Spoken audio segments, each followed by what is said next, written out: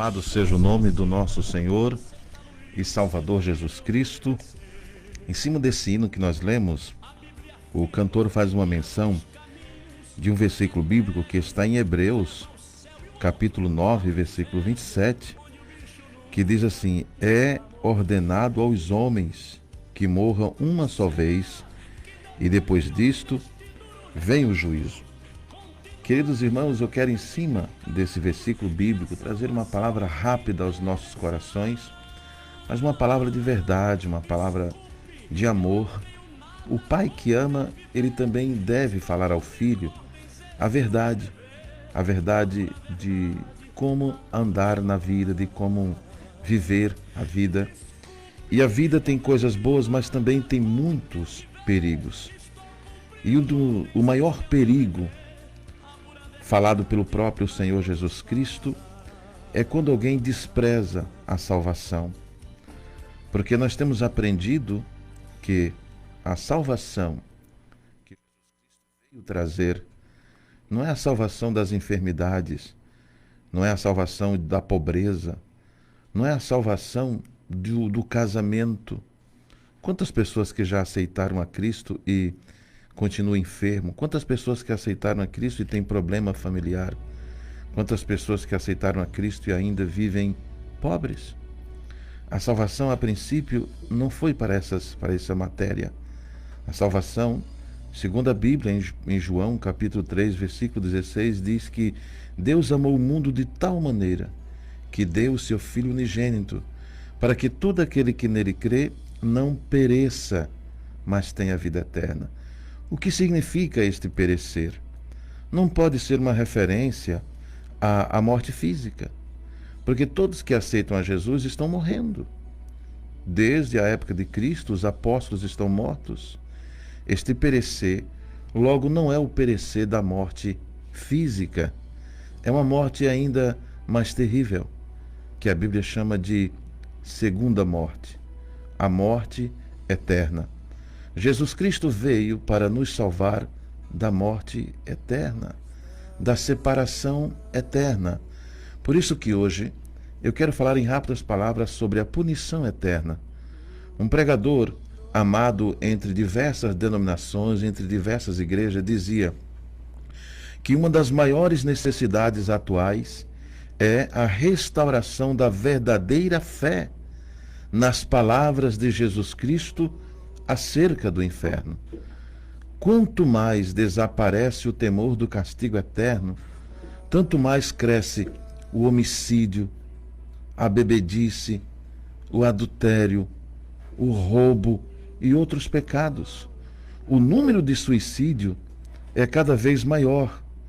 Se soubessem que este ato de cometer o suicídio é o caminho mais curto para um maior sofrimento que qualquer outro nesta vida, não fariam, não cometeriam suicídio. Ainda mais, se todos os pastores deixassem de bajular os crentes e falar a verdade da palavra de Deus, se todos os pastores e os crentes tivessem uma visão mais real do castigo eterno, em vez de terem apenas uma opinião, a igreja avançaria apressadamente na obra de salvar os milhões de almas que estão perdidos. Eu desejo, em rápidas palavras, procurar nas Escrituras respostas às seguintes perguntas sobre este assunto. Há um castigo para os ímpios depois da morte? Quando esse castigo começa? E por quanto tempo durará? Em Mateus capítulo 10, versículo 28, nós temos a primeira resposta se existe um suplício para os ímpios depois da morte. O próprio Senhor Jesus Cristo falando disso em Mateus capítulo 10, versículo 28. Não temais os que matam o corpo e não podem matar a alma. Temei antes aquele que pode fazer perecer no inferno a alma e o corpo. Veja, meus queridos irmãos, é com muito amor, é com muita ternura, é com muito temor no coração, é com muita lágrima nos olhos, que nós advertimos a todos que ouvem a Rádio Planalto o quanto é necessário entregarmos nossa vida a Cristo para não perecermos neste lugar medonho, neste lugar tão terrível. Quando o Senhor nos adverte: temei aquele que depois de matar lança a alma e o corpo. Que coisa tremenda! Há uma coisa que Deus pode fazer com o homem depois de sua morte, descrito nessas palavras: lançar no inferno, que é mais terrível do que mesmo qualquer outro sofrimento aqui na terra. A segunda pergunta é: quando começa este suplício? E o próprio Senhor Jesus Cristo falou em Lucas capítulo 16, do versículo 19 até o versículo 31. Neste texto, fala-nos de um homem rico, um homem que vivia regaladamente, que não se preocupava com a vida espiritual, que pensava que tudo iria acabar aqui nessa terra. Ele não sabia que existia o outro lado e morreu esquecido de Cristo, morreu sem fazer sua confissão, morreu sem fazer seu batismo. E então, diz a Bíblia Sagrada que quando ele morreu, ele foi sepultado, e no Hades, no inferno, ele ergueu os olhos, estando em tormento. Veja, meus irmãos, os verbos usados aqui é no presente, estando, um presente contínuo. Ele estava consciente, diz a Bíblia, e viu ao longe Abraão e Lázaro no seu seio. No versículo 24 ele diz, clamando: Pai Abraão, tem misericórdia de mim. Veja que ele está consciente. No final do versículo 24 ele diz: porque estou atormentado nestas chamas. Deus do céu, que coisa terrível. É certo então que os perdidos, quando morrem, passam logo ao sofrimento. Não é de causar surpresa que a Bíblia diga isto: a morte daquele que passa a vida em rebelião contra Deus ensina-nos o mesmo. A terceira e última pergunta que algumas pessoas fazem: por quê? Por quanto tempo durará? Em Mateus capítulo 25 e versículo 41 diz: apartai-vos de mim, malditos, para o fogo eterno destinado ao diabo e aos seus anjos. Irão estes para o suplício eterno, porém os justos para a vida eterna. Que coisa! Aqueles que aceitam a Jesus Cristo terão uma vida eterna. Aqueles que negligenciam a salvação terão um suplício eterno, uma vida de sofrimento eterno. E é por isso que nesta manhã eu quero chamar a atenção de todos os ouvintes desta rádio.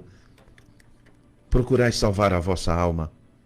Atentai para o apelo de Jesus Cristo.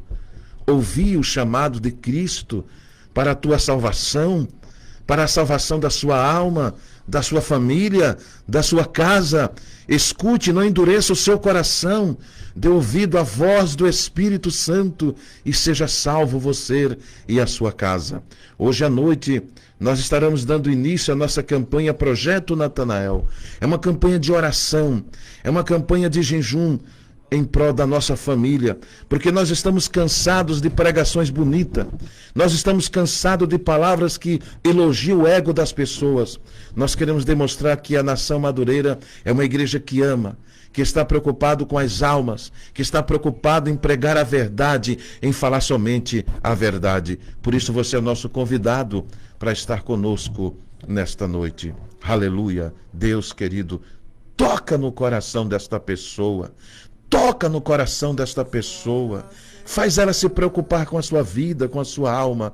Espírito Santo, traz ela à igreja para ouvir a tua palavra, para juntos sermos salvos e termos a esperança de estarmos contigo para sempre nos céus. E ao Cordeiro,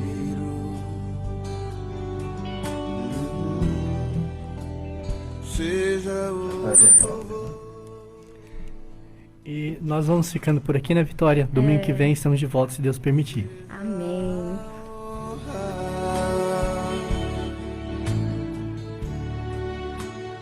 Seja a glória.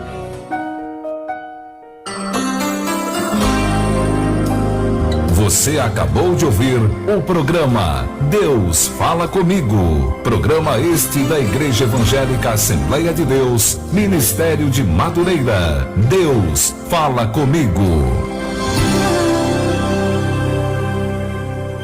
Identificação. Essa é a Rádio Planalto FM. CYW 305. Canal 216. Operando em 91.1 MHz. 3.000 watts de potência. 3.000 watts de potência.